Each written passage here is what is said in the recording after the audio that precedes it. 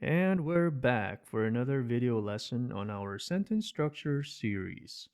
So in this particular lesson, we're going to be looking at simple sentence.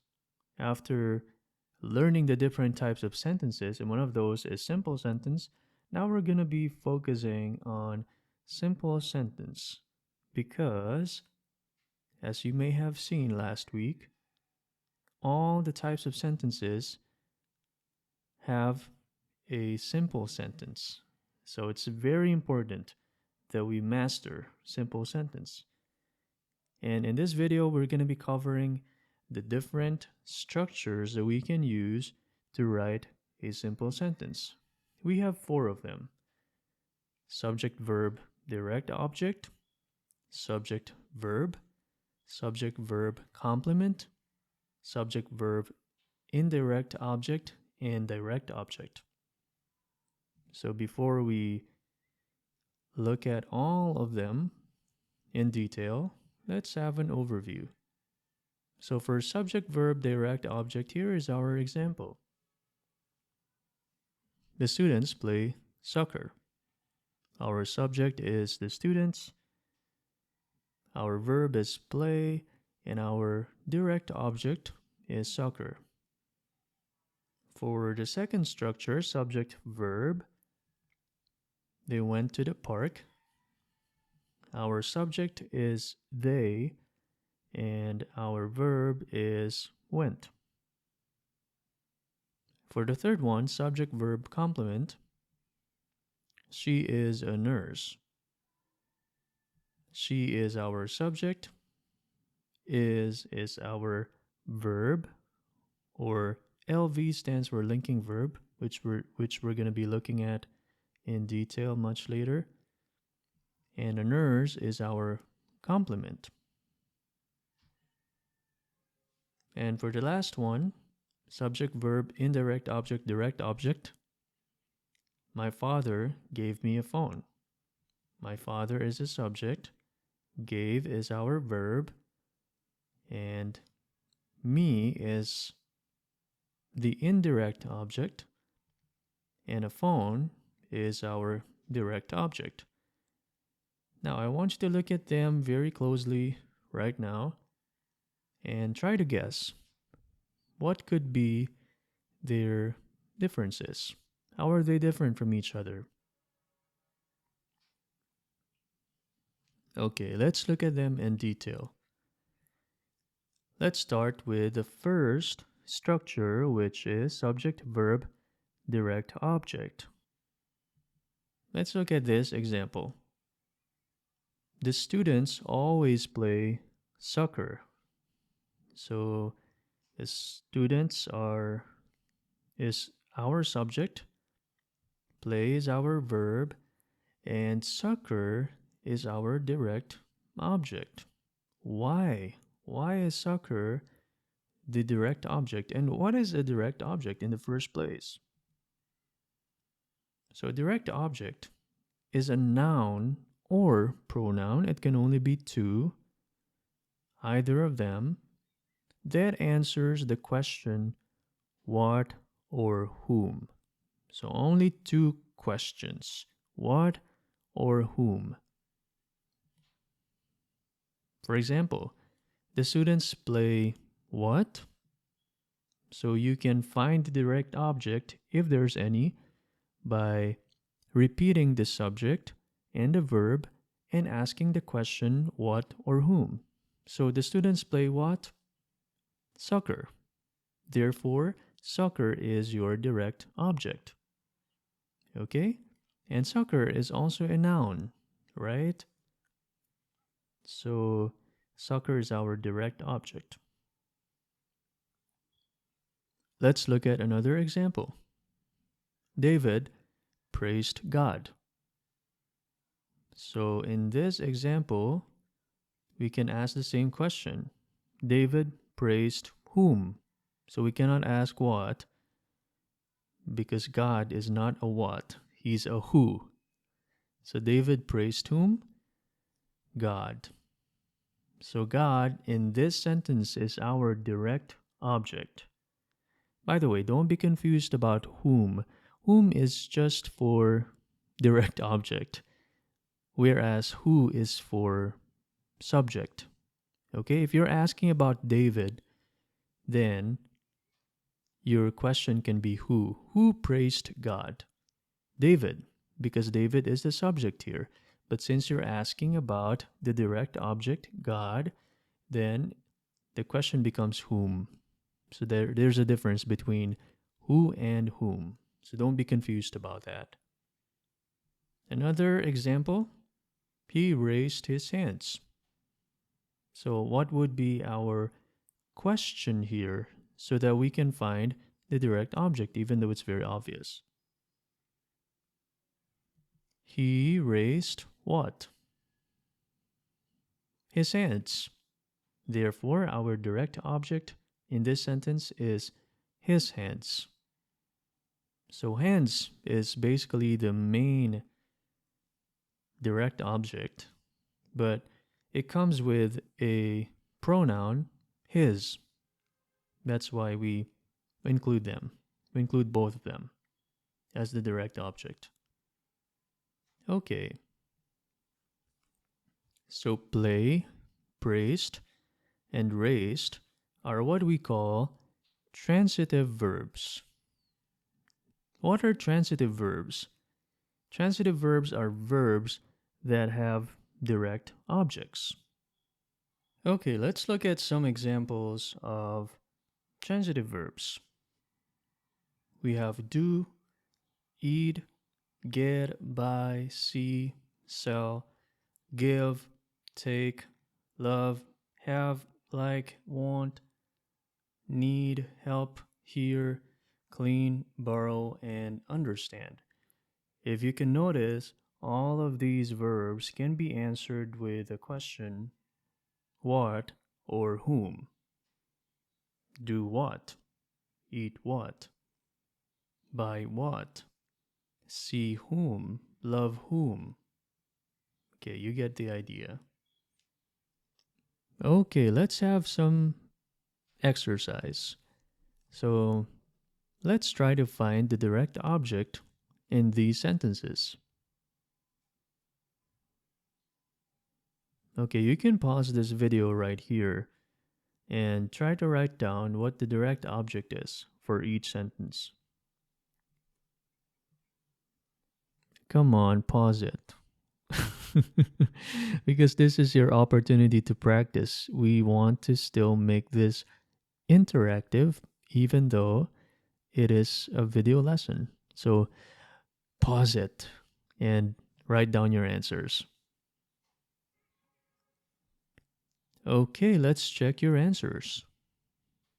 So, Alan forgot his key inside his car yesterday. That's our first sentence.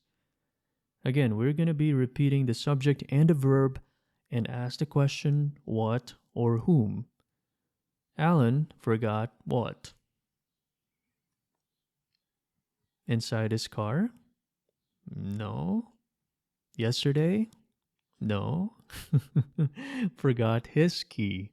So the answer, our direct object here is his key.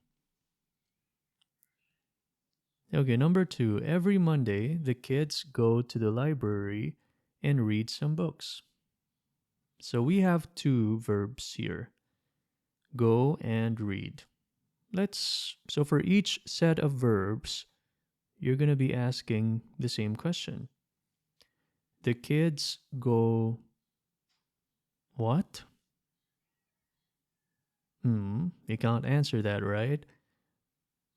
The kids go whom? No, you can't answer that. So go doesn't have a direct object. Now let's go to the next one. Read. The kids read what? Yeah, some books. Now we can answer it. Therefore, we have a direct object for the word or for the verb read. Some books. Okay, let's go to number 3. This time we have a question. Have you seen Anne recently? So again, even though it's a question, it is still a sentence. And a simple sentence. So you have seen what?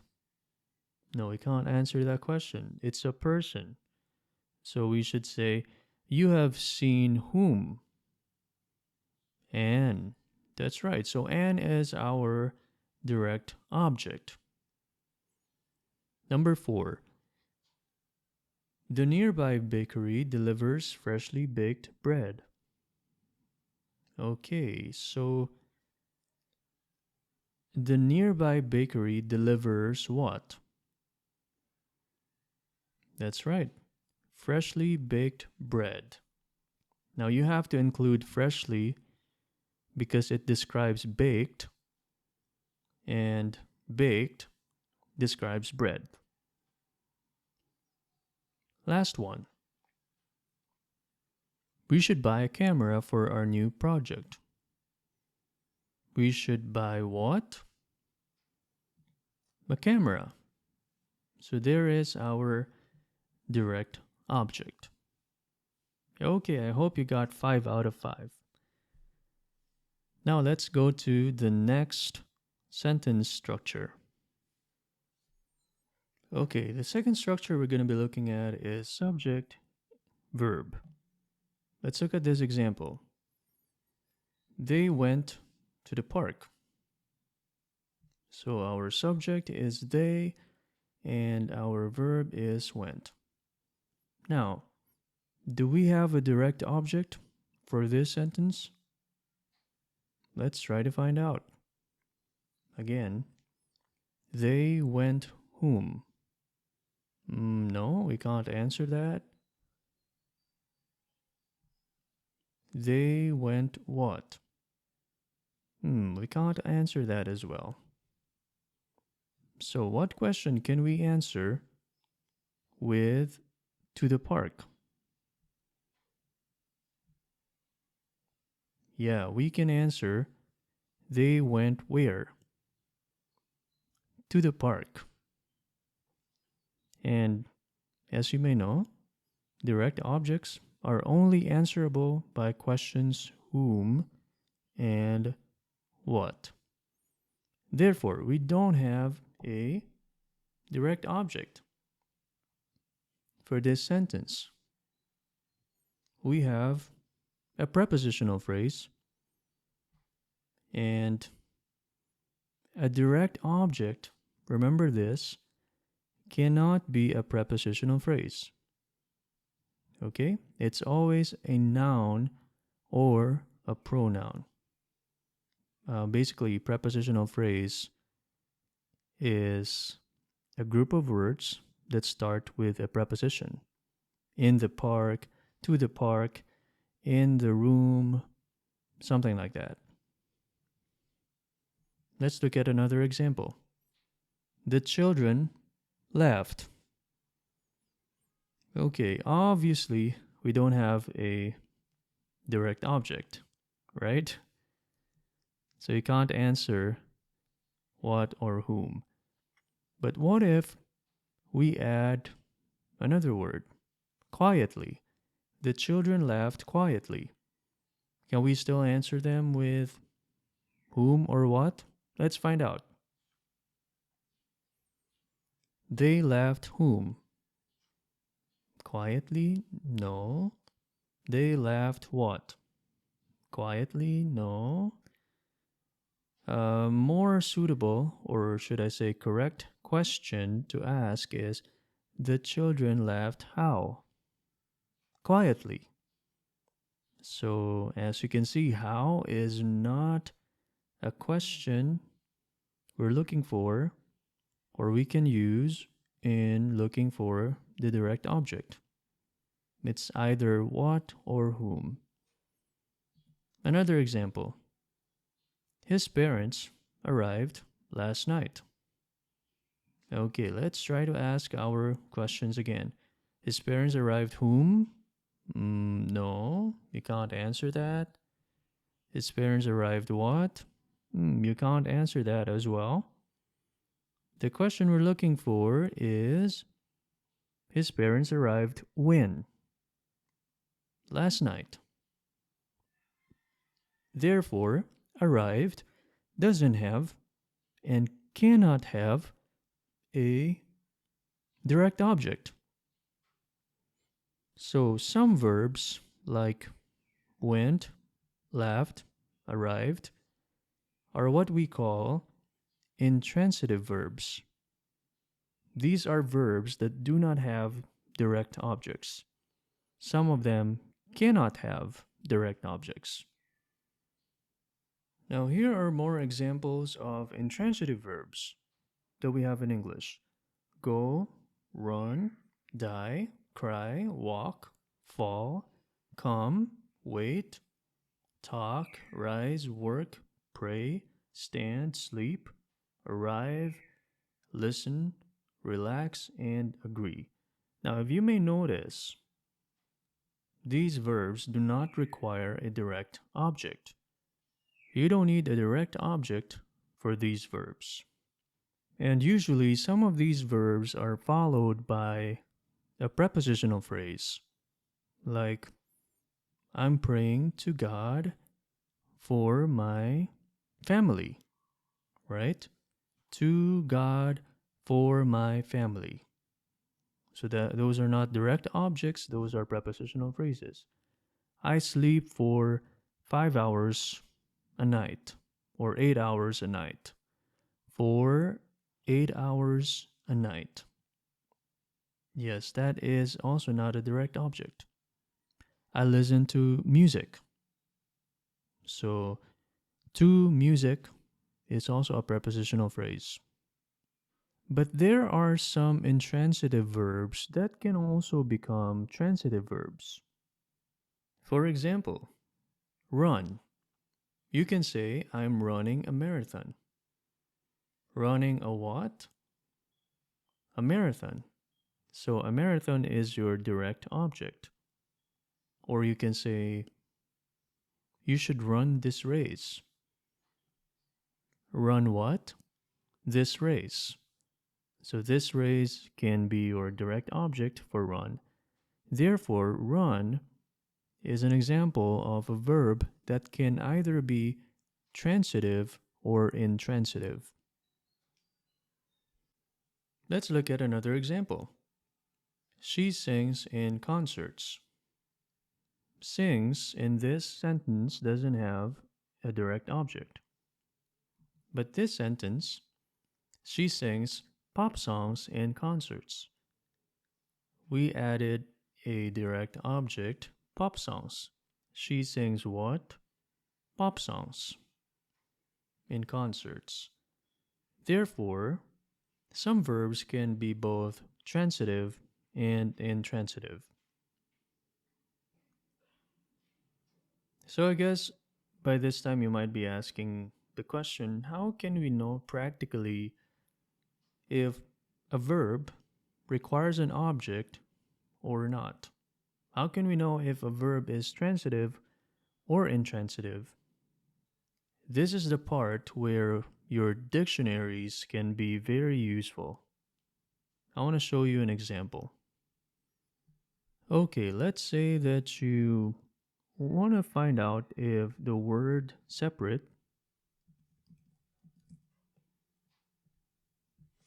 is transitive or intransitive. You can see that Google doesn't indicate it. But there are some dictionaries that do. And I want to show you my dictionary of choice. Collins Dictionary. So there are two types of dictionaries contained in this website. The first one is Collins Co-Build. I love it because it's very good for English language learners, because some dictionaries would actually confuse you more. You know, you're trying to find the meaning of a word, and when you look up the word in a certain dictionary, you would feel more confused after looking at it, looking it up. But with co-build, Collins co-build, the meaning is pretty clear. The only problem with this is it doesn't indicate whether the verb is transitive or intransitive. But there are a couple of dictionaries here. One is British and the other one is American. So that's what we're going to be looking at. So you can see that separate can be transitive. So let's say maybe this is the most common: to set apart, to separate church and state. Separate what? Separate church and state. But it can also be intransitive. Like in this case, to part company, withdraw from personal association, to separate from a church. So in this case, we don't have a direct object. From a church is not a direct object. So that's how you find out if a certain verb is transitive or intransitive. Okay, let's move on to the third structure for our simple sentence: subject, verb, complement. Let's look at this example. Faye is a nurse. So Faye is your subject, is your verb, a nurse is your complement. But what is a complement? And how is this structure different from the previous structures we've looked at? Well, as you can see, in this sentence, we're just trying to say something about our subject, right? There is no action, unlike the previous sentences or previous structures we looked at. So a nurse is a complement. What is a complement? A complement is a noun or an adjective that describes or says something about the subject. So a noun says something about the subject, like in this case, Faye is a nurse. You're talking about her profession. What's her job? And this example right here, we can see an adjective. The speaker on stage was nervous. So we are trying to describe the speaker, specifically his feeling. How does he feel? Yeah, he was nervous. So it can either be a complement, can either be a noun or an adjective, and it can either describe or say something about the subject. And did you notice that the verbs we used here are is and was? What do we call these verbs? That's right, they are be verbs. So for this kind of structure, we use be verbs. And these be verbs fall under the category of verbs that we call linking verbs. When we say linking, that means connecting. Linking verbs are verbs that link or connect the subject with a complement. So that's what we were trying to do with these sentences. We're not trying to describe their action, there is no action involved, but we are simply trying to make a connection between our subject and verbs by describing them, the subject, or saying something about it. Now, you may know these already, but for a sort of review, here are some common forms of be verbs. Be, is, am, are. Of course, for present, was, were. For past, will be. Future, can be. Must be, should be, may be, might be. For modals, has been, have been. For present perfect, will have been. For future perfect, could have been, may have been, must have been. Yeah, for modals. But for subject verb complement structure, be verbs are not the only verbs we use. Let's look at this example. Daichi will become my brother-in-law. So in this example, our subject is Daichi, our verb is will become, and my brother-in-law is our subject complement. Now, instead of using a be verb, and we can use a be verb, but sometimes we prefer to use become. So become is doing the same thing as a be verb would do. Like in this case, it's saying something about our subject Daichi. My brother-in-law will become my brother-in-law. Let's look at another example. His surgery seems successful. Okay, you're not saying it is successful, but you're saying that it seems. That means you're not 100% sure. But in this case, you are simply trying to say something or describe his surgery as successful. So with these two verbs, will become and seems, you're pretty much doing the same thing that you would do with a be verb. You're not talking about action. You are simply saying something or describing the subject. Therefore, will become and seems are not action verbs. They are linking verbs, just like be verbs. And we have a couple of them. Here are some additional linking verbs that we can use: appear, become, feel, grow, look, remain, seem, smell, sound, stay. With these verbs or linking verbs, again, your goal is simply to describe the subject. You're not trying to talk about any action.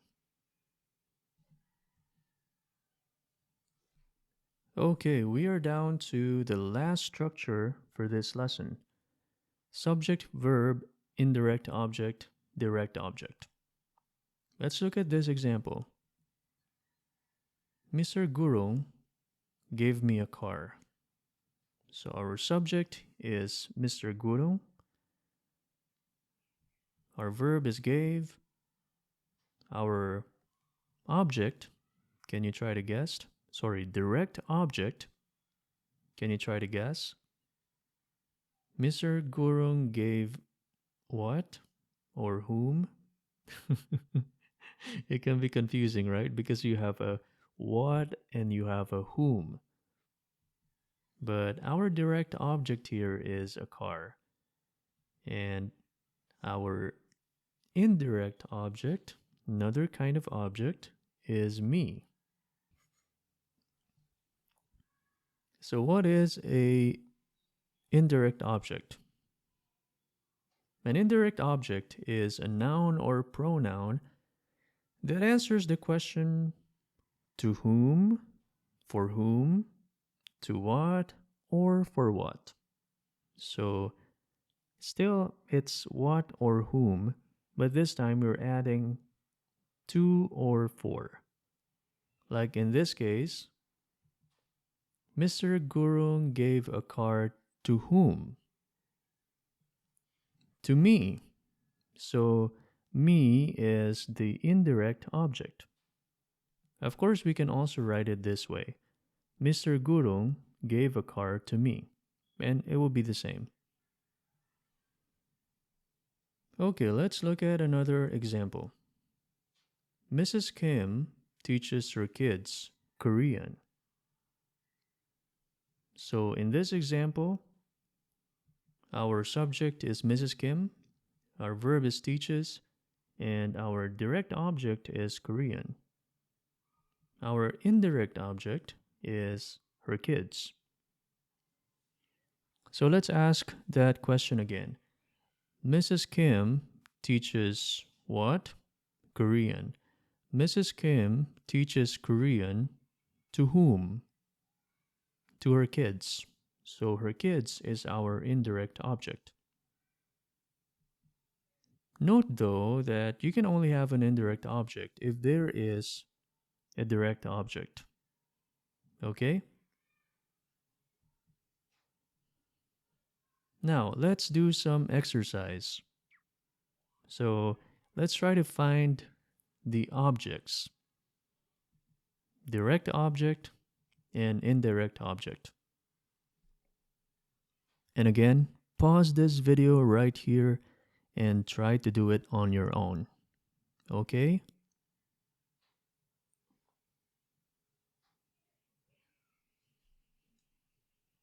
Okay, let's go through the answers. So the president told his employees his plans for the school. So what is our direct object?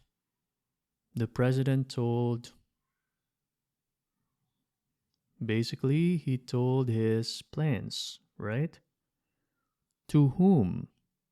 The president told his plans to whom?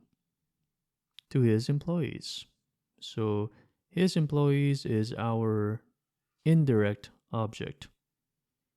Okay, number 2. The faculty awarded a special prize to Akihiro. The faculty awarded what? A special prize. The indirect object is easy to see because you have to. To whom? Akihiro. So Akihiro is our indirect object. Number 3. Mom promised us fried chicken for dinner. So what is our direct object? Mom promised what? Fried chicken. To whom? Mom promised fried chicken to whom? To us. Okay, I hope you got that. Number 4. Masood sold 4 kilos of meat to Mr. Baum. So our direct object, Masood, sold what? 4 kilos of meat. To whom? To Mr. Baum. Okay, last one is a question. Could you draw the directions for me? Could you draw what? The directions. So that is our direct object. And the indirect object is quite obvious because you have a for. For whom? For me. So me is our indirect object. Okay, did you get all the answers correctly? I hope you did. But if you didn't, it's okay because you can practice more. I know that this is all new to you, and as they say, practice makes perfect. Okay, as a summary, so again, these are our simple sentence structures, and they differ according to the verbs they use. Did you notice that? So for SVDO, you use transitive verbs. For SV, you use intransitive verbs. For SVC, I'm trying to shortcut it. We use linking verbs, which can come in the form of be verbs or other types of linking verbs. And for SVIODO, that's quite long, we can use transitive verbs. And that ends our lesson on simple sentence. So in our next video lesson, we're going to be looking at the special forms of sentences. But before that, your assignment is I want you to write 3 simple sentences for each type of structures that we learned. Okay? I'll see you in the next one. God bless you.